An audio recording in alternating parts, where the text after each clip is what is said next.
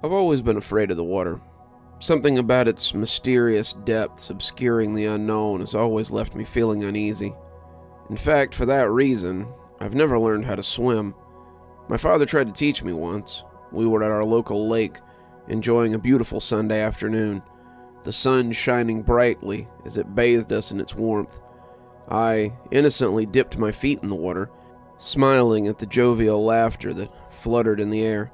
"I think it's high time you learned how to swim," my father told me.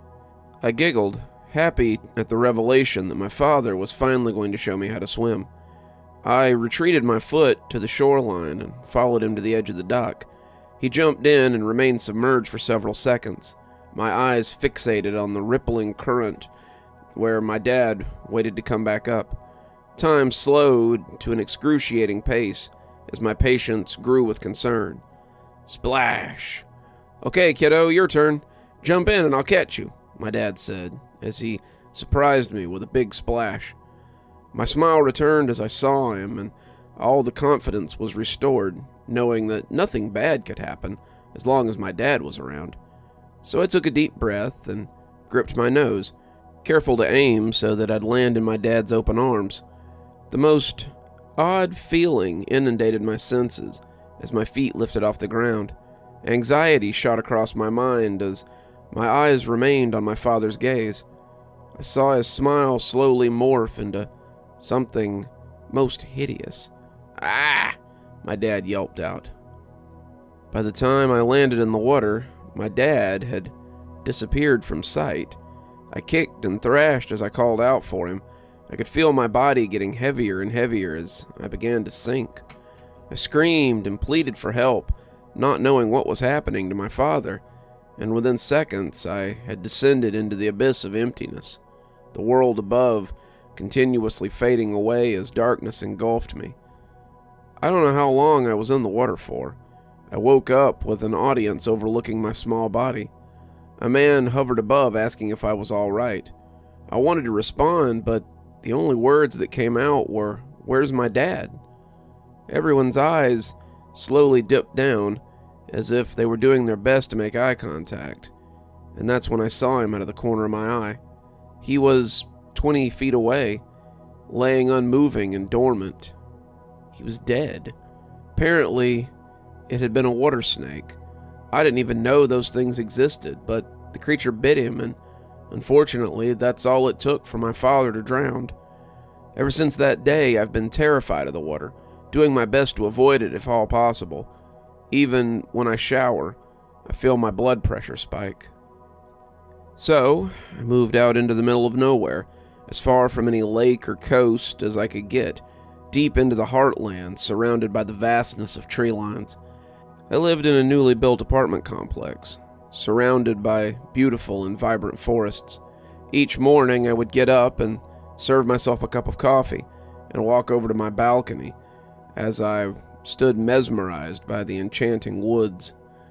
It was truly a wonder. The only issue I had was this new construction next to my door. They had already cut down several trees, excavating the land. Apparently they were going to build some gas station, and for now, all I saw was one giant empty hole. I guess that's where they were going to put the gas lines for the pumps. I did my best to ignore the eyesore, only knowing that it was going to get worse. I've even thought of different ways on how I could get the construction to stop, but never really acted out any of these ideas, just knowing more that it was a fantasy than anything. I work from home, and each day I'd hear the drilling and the pounding coming from the site, and I would shut my eyes tightly, doing my best to drown out the sound. So when a heavy storm came to town, I was elated knowing that they would have to halt the construction. The rain was relentless. I hid in my closet like some child as the ponderous raindrops bombarded my window, the thunderous clash of lightning terrifying me. The next day, to my delight, the storm clouds had dissipated, and all that remained were puddles of water, as the sun blessed us with its glow. I smiled, knowing that the construction crew would wait for the site to dry, which could take days. So I walked over to my kitchen, as I had always done, and poured myself a fresh cup of coffee, practically giggling with the pleasure of my newfound solitude. I couldn't hear a sound, just pure silence. Well, other than the birds chirping. I walked over to my balcony to look out over the tree line and inhaled deeply, savoring the scent of pine, and that was when I looked down at the once massive hole that was no longer empty. Rather, it was now a pond of mud. Ugh, I whispered. But that's when I saw it. Couldn't believe my eyes. There was something moving in the water. What the hell is that? I asked. Complete befuddlement. Whatever it was, the thing was enormous, practically taking up the entire pond. I couldn't make out the shape, and all I could do was stare in disbelief as the thing thrashed around. Maybe it's a flock of birds, I rationalized to myself. I could feel my skin begin to crawl as beads of sweat formed on my brow, my breathing becoming heavy as I knew I had to step away from the balcony. I ran back to my closet and curled up in the fetal position as I counted backwards from 10, trying to calm myself. After about 30 seconds, I cautiously left the solace of my closet and went back to my desk to work. I tried my best to forget the anomaly that lay in the depths of that pond, but that thrashing sound, sounds of water splashing around ceaselessly, was what filled my day. I did my best to drown out the sounds. My anxiety was at an all-time high, and I did the only thing I could think of. I took a heavy dose of sleeping medication and slept in my closet. The next morning, I woke up feeling a little silly, knowing that I'd overreacted. The mysterious encounter surely had a reasonable explanation, and of course, I'm no zoologist, so with that reassurance, I took a step towards my balcony, feeling the most brave I ever had. As always, I inhaled deeply and closed my eyes for several seconds, preparing myself to look down at that muddy pond. As my eyes cautiously opened, I saw nothing. The pond was gone, just an empty hole as it had been before. I almost felt like jumping in celebration, but suppressed the urge. Rather, I went to pour myself a fresh cup of coffee, all smiles. As the bitterness engulfed my taste buds, I heard the most dreadful sound I could imagine, and I ran back to the balcony as I heard it again, the sound of thunder. "No!" I exclaimed, not understanding where the hell the storm clouds had come from. To my nightmare, the forecast was grim. Somehow we were going to be consumed by a terrible thunderstorm for the next few days. As the night went on, I tried my best to ignore the storm that had encapsulated my apartment building. I stayed away as far as I could from the windows, and especially from the balcony.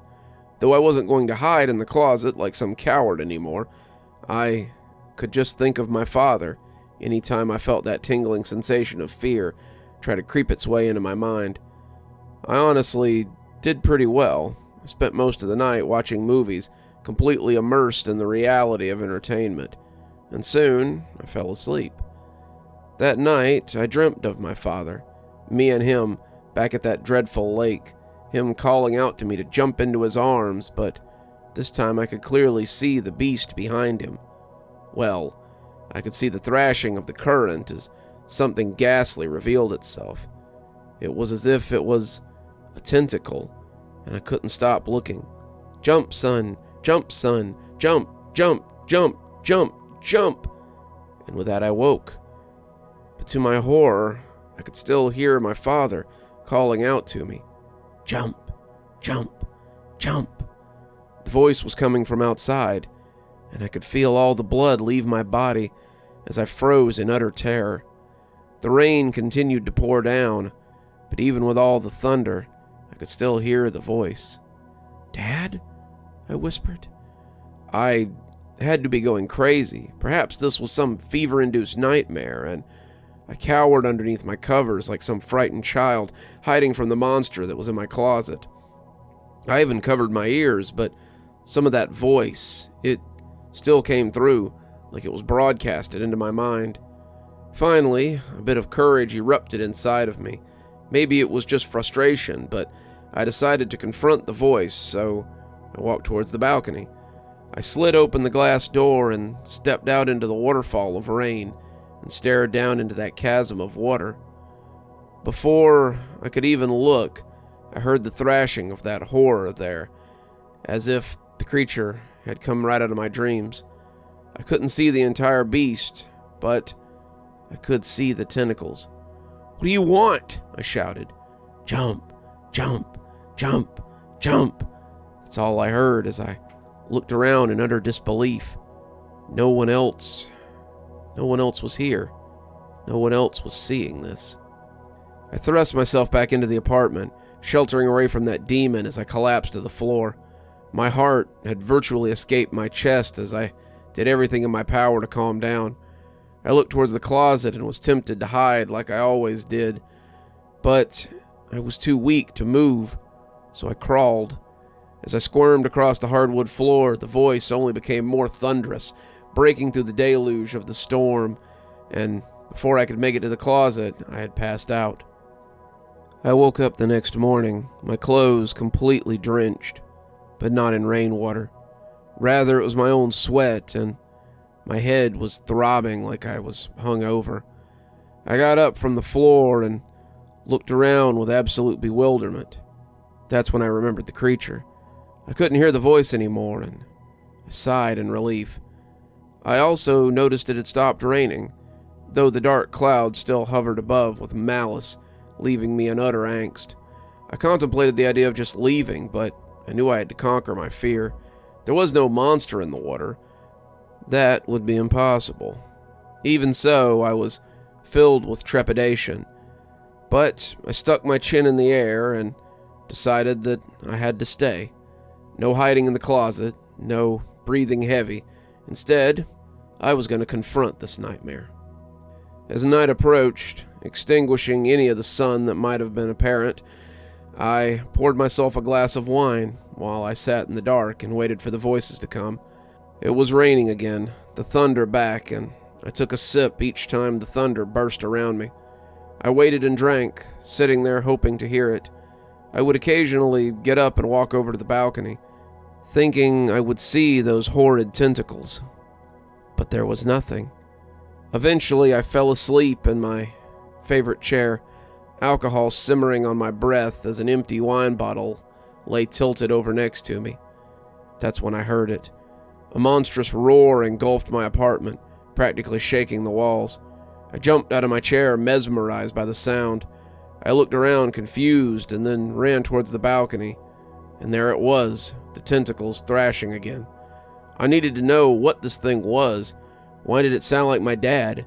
I charged down the stairs, sprinting towards the beast. I didn't know what I was going to do when I got there. I just knew I needed to see what this thing wanted with me. I stood next to the small pond, those tentacles still sputtering around.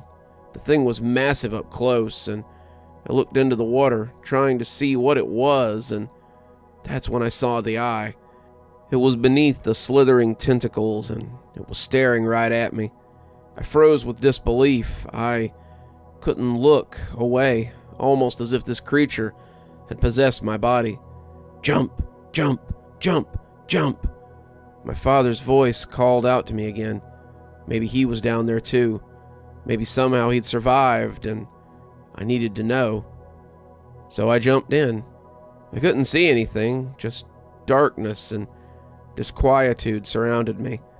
I couldn't even see the tentacles anymore. I just began to sink. I carelessly drifted further down into the abyss, not able to hear my father anymore, and I could slowly feel my mind beginning to drift into obscurity. I think I was dying, and that's when an arm from above grabbed me and pulled me back up. I was barely lucid. I couldn't see who saved me as I lay on the muddy shoreline of the pond, practically unconscious. That's when I heard the mysterious person tell me, "I'll catch you." And then I passed out. I awoke to the sound of construction machinery firing all around me, while the sun shone down on my face. I looked around and saw that the pond was gone, dried up, only leaving an empty hole, just as it had before. As I stood to my feet, trying to have resolve over my senses, I smiled and understand who had saved me. I don't know what the monster was, or whether it was real or not, or whether any of that actually happened, but I'm no longer scared of the water. Even if that beast did try to come back, I know now that my father will always be there to save me. You're still here. I thought you might be. Thanks for joining me for tonight's story.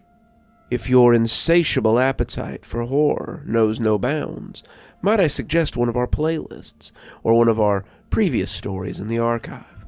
There should be one appearing at the end of the story any minute now. And of course, if you're not subscribed, why not go ahead and hit that subscribe button? Maybe hit that notification bell so you don't miss any of the spooky things that we do here.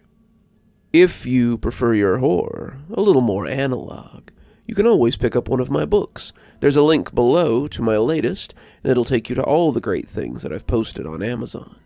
For my book lovers in the audience, I always suggest coming on down to Patreon so you can become part of my ghostly reader tier and get a book anytime I write one, which is usually about twice a year. Speaking of my patrons, let's go ahead and thank them, shall we?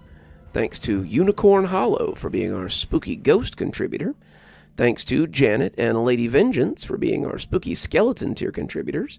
Thanks to Hi Stacy, Winter, Xaronan, Emily Coltsfoot, Stephanie Carrington, Marianne Schuler, Tyler Parker, and Jennifer Damron for being our ghostly reader tier contributors. Thanks, everyone. We just couldn't do the show without you. If you think you might like to support the show in a more monetary fashion, come on down to Patreon. I have many tiers. I'm sure you'll find one that suits you best.